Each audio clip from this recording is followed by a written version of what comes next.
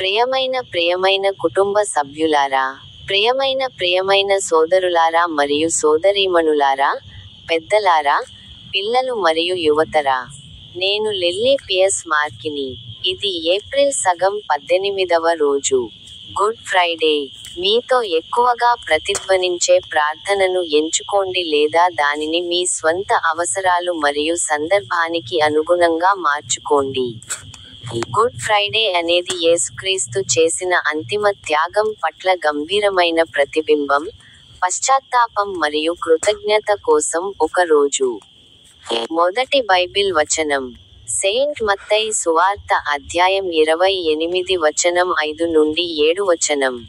కానీ దేవదూత స్త్రీలతో ఇలా అన్నాడు, భయపడకండి, ఎందుకంటే మీరు సిలువ వేయబడిన యేసును వెతుకుతున్నారని నాకు తెలుసు. ఆయన ఇక్కడ లేడు, ఎందుకంటే ఆయన చెప్పినట్లుగా ఆయన లేచాడు. ఆయన పడుకున్న స్థలాన్ని చూడండి.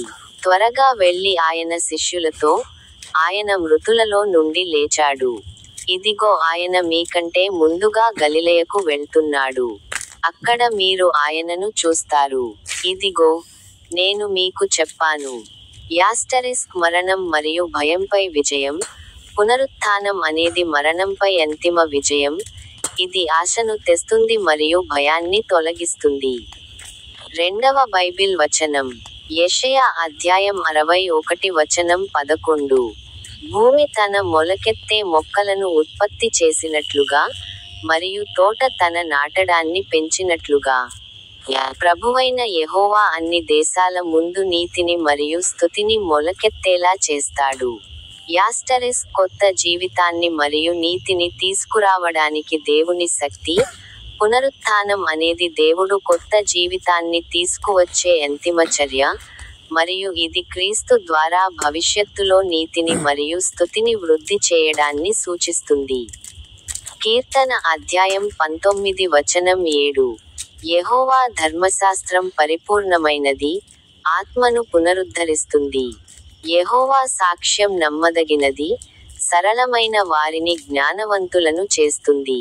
ఈ వాస్తవికతను అర్థం చేసుకోవడంలో మరియు ప్రయోజనం పొందడంలో దేవుని వాక్యం యొక్క కీలక పాత్ర.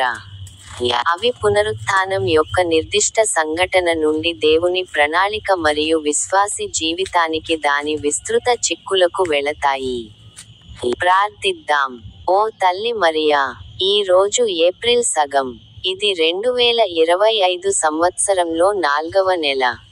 సర్వశక్తిమంతుడైన దేవుడు, తన అత్యంత ప్రియమైన కుమారుడు ఆనందానికి వెళ్ళలేదు, కానీ మొదట బాధను అనుభవించాడు మరియు సిలువ వేయబడి చంపబడటానికి ముందు మహిమలోకి ప్రవేశించలేదు.